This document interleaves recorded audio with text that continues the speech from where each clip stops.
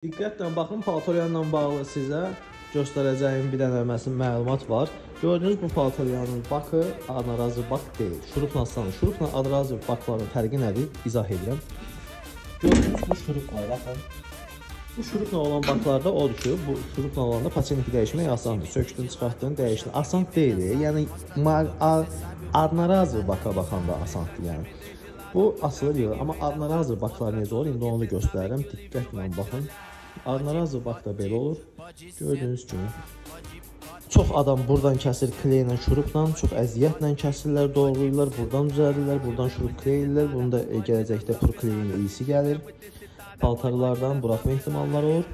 Bu isə mənim yeni üsulumdur. Ölkədə bunu heç kim eləmir. Anarazı bakları belə üsulla kəsib yığıb verirəm. Diqqətlə baxın. Öz materialı ilə gördük, öz materialı ilə, öz aparatı ilə tikilir. Kim istəsə paltaryanın anarazı bakdı, paçenliklərinin yığılmağını istəyirsə, o dəfə biri mənə zəng edib deyir, gəldilər mənə 400 manat pul dedilər. Sən neçə yığarsan? Mən dedim ki, mən onun yarısına yığaram. Gətirdim, bura servisə yığdım, verdim. Yəni ki, yığılmayan anarazı bak varsa, deyən ki, bunu heç kim yığa bilmir ölkədə. Gətir, mən yığacam onu sizə.